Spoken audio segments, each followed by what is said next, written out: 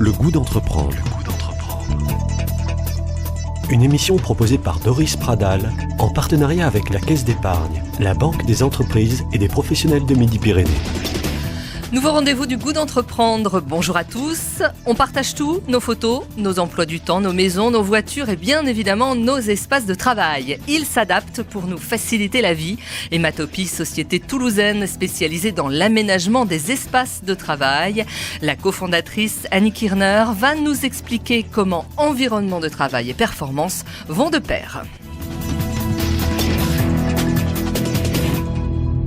Bien dans ses meubles, pour mieux travailler, il y a toujours une bonne raison pour une entreprise de repenser ses espaces de travail. Un changement profond de stratégie ou simple réaménagement, Ematopie se penche sur la question et imagine des espaces partagés. Bonjour Annie Kirner. Bonjour.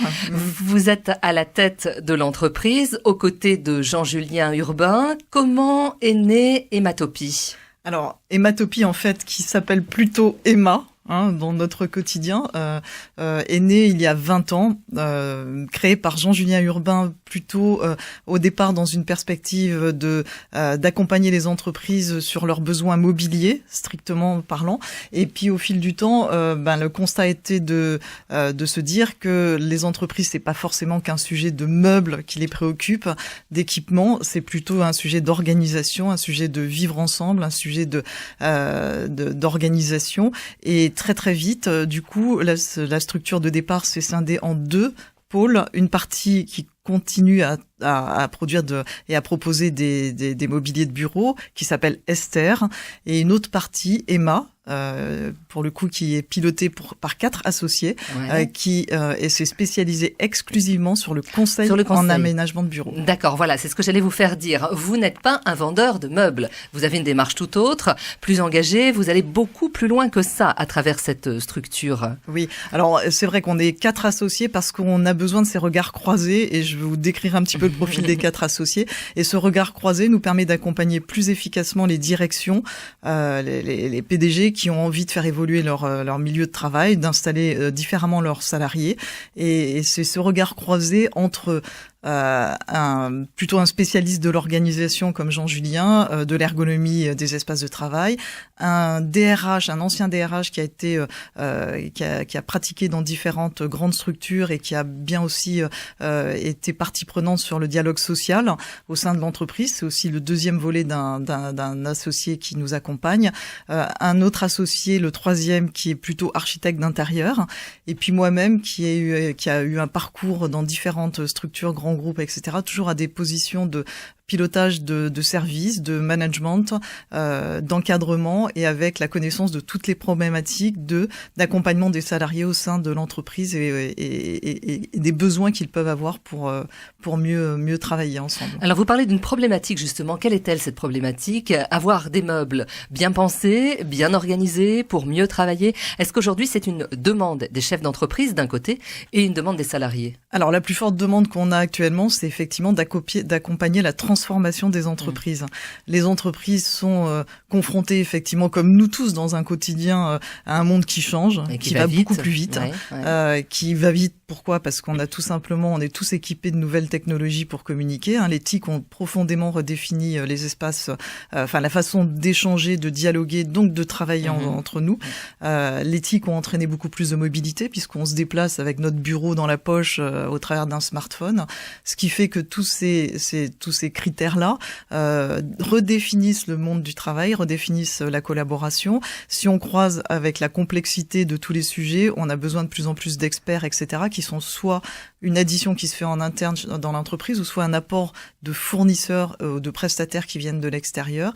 Et tous ces critères font qu'on ne travaille plus pareil. Donc, en gros, on travaille, nous, sur l'évolution des usages. C'est l'évolution des usages. Alors, on peut parler d'espace partagé, de plus en plus partagé. Qu'est-ce que c'est qu'un espace partagé dans une entreprise d'aujourd'hui ? Concrètement, comment on peut le définir ? Alors, concrètement, un espace partagé, pour nous, il commence à 2, déjà. Alors, dans l'idée de tout le monde, c'est les grands open space comme il y a eu effectivement il y a un certain nombre de décennies. Non, l'espace partagé commence à 2. On est sur des formats effectivement qui s'adaptent aux besoins et à l'organisation de l'entreprise. Il n'y a pas un format déterminé par avance. On est vraiment sur des solutions sur mesure qui s'adaptent aux besoins de l'entreprise, à son activité, à son type d'organisation et à son mode de management. Vous parliez de l'open space m'a tué, vous vous souvenez de cet Oui. ouvrage?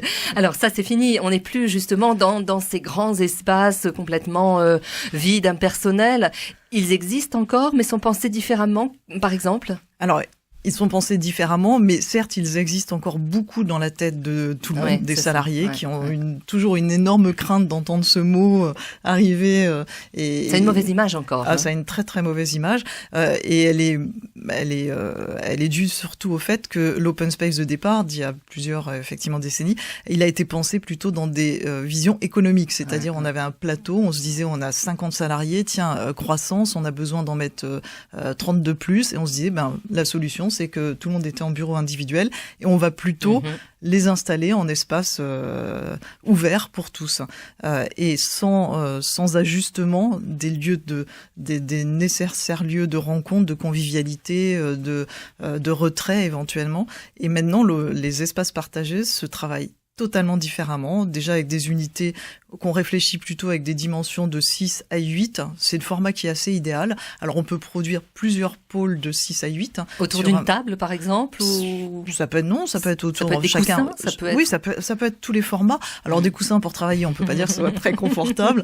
On cherche quand même l'ergonomie et le bien-être des salariés.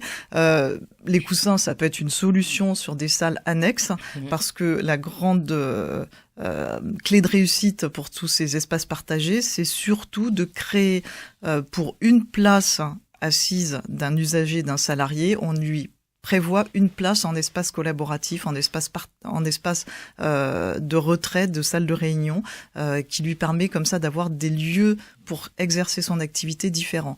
C'est-à-dire qu'avant, on faisait toutes ces activités à son poste de travail, toute la journée, du début de la journée jusqu'à la fin.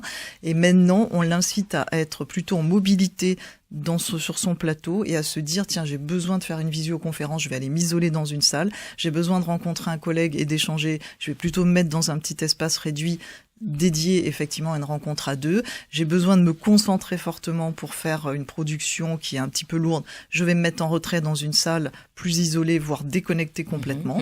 Et j'ai besoin de rencontrer un fournisseur, par exemple. Je vais lui proposer un accueil rapide en position debout parce que j'ai un échange de 10 minutes avec lui.